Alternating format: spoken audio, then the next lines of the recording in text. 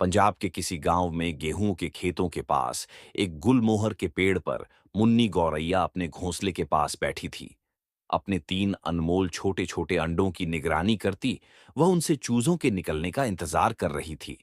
मुन्नी सुर्ख लाल फूलों को देखती खुश हो रही थी कि तभी ऊपर की डाल पर एक काला साया दिखा।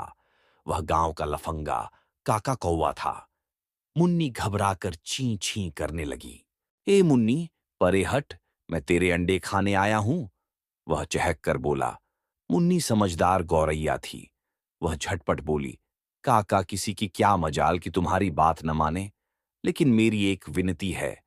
मेरे अंडों को खाने से पहले तुम जरा अपनी चोंच धो आओ। ये तो बहुत गंदी लग रही है। काका खुद को बहुत बांका समझता था। उसे यह बात अच्छी नहीं लगी कि वह साफ सुथरा नहीं दिख रहा। वह झटपट पानी की धारा के पास पहुंचा।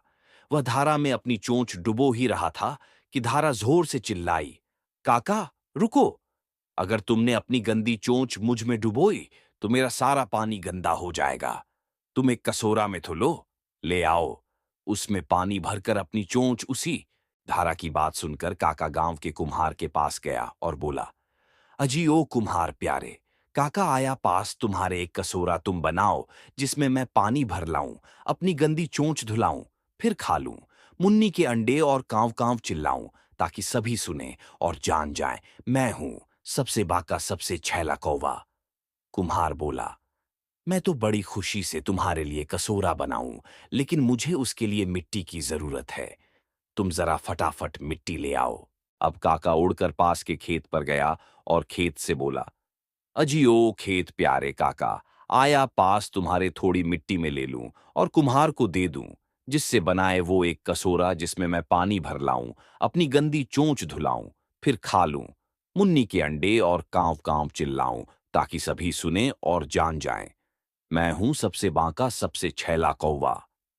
बरसात अभी हुई नहीं है, मैं अभी सूखा सख्त हूं, मुझे खोदने के लिए फौरन कोई नुकीली चीज ले आओ, खेत बोला। काका जंगल में जा पहुंचा। उसे नुकीले सींगों वाला एक हिरण दिखा तो वह उससे बोला, अरे दोस्त, ओ हिरण प्यारे, काका आया पास, तुम्हारे अपना सींग मुझे दे दो, जिससे थोड़ी मिट्टी खोदूं और कुम्हार को दे दूं, जिससे बनाए वो एक कसोरा जिसमें मैं पानी भर लाऊं, अपनी गंदी चोंच धुलाऊं, फिर खा लूं मुन्नी के अंडे और कांव कांव चिल्लाऊं, ताकि सभी सुने और जान जाएं मैं हूं सबसे बांका सबसे छैला कौवा। हिरन चिढ़कर बोला, अरे अकलमंद की पूंछ, जरा यह बता तो सही कि जब तक मैं जिंदा हूं तू मेरा सींग कैसे ले सकता है। काका को जोरों की भूख लगी थी। वह तेजी से मंडराया।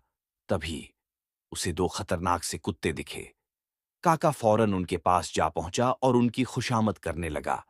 अजी ओ भैया कुत्ते प्यारे, काका आया पास तुम्हारे, आज तुम्हें दावत खिलवाऊं, मोटा ताजा हिरन दिखाऊं, बस सींग उसका मैं ले लूंगा, उससे थोड़ी मिट्टी खोदूंगा, मिट्टी कुम्हार को दे दूंगा, जिससे बनाए वो एक कसोरा जिसमें मैं पानी भर लाऊं, अपनी गंदी चोंच धुलाऊं, फिर खा लूं, मुन्नी के अंडे और कांव कांव चिल्लाऊं, ताकि सभी सुने और जान जाएं मैं हूं सबसे बौका सबसे छैला कौवा। इतनी गर्मी में तो यह बहुत कड़ा काम है, कुत्ते बड़बड़ाए। हिरन मारने के लिए हमें ताकत चाहिए। जाओ, थोड़ा दूध ले आओ, फिर सोचते हैं। अब काका भूसा खाकर जुगाली कर रही भैंस के पास पहुंचा और बोला, नमस्ते भैंस दीदी प्यारी, काका आया शरण तुम्हारी, मुझको दे दो थोड़ा दूध, कुत्तों को पिलाने के लिए मुझे उनकी मदद चाहिए। हिरन को मारने के लिए जिसके सींग मैं ले लूंगा, थोड़ी मिट्टी खोद लूंगा, मिट्टी कुम्हार को दे दूंगा, वो बनाएगा एक कसोरा जिसमें मैं पानी भर लाऊं, अपनी गंदी चोंच धुलाऊं, फिर खा लूं मुन्नी के अंडे और कांव कांव चिल्लाऊं, ताकि सभी सुन और जान जाएं मैं हूं सबसे बांका सबसे छैला कौवा। सूखा पुआल खाकर दूध कहाँ से दूं? हाँ, थोड़ी रसीली घास खाने को मिल जाए तो मैं जरूर तुम्हें दूध दे दूं, भैंस ने रंभा कर जवाब दिया। यह सुनकर काका उगी घास के ऊपर मंडराया और बोला, बहना मेरी ओ घास प्यारी, काका आया शरण तुम्हारी, चलो जरा तुम साथ, मेरे भैंस बेचारी है, दुखियारी भूसा खा खा सूख गई है, मुझे उसका दूध चाहिए, कुत्तों को पिलाने के लिए कुत्तों की मुझे मदद चाहिए।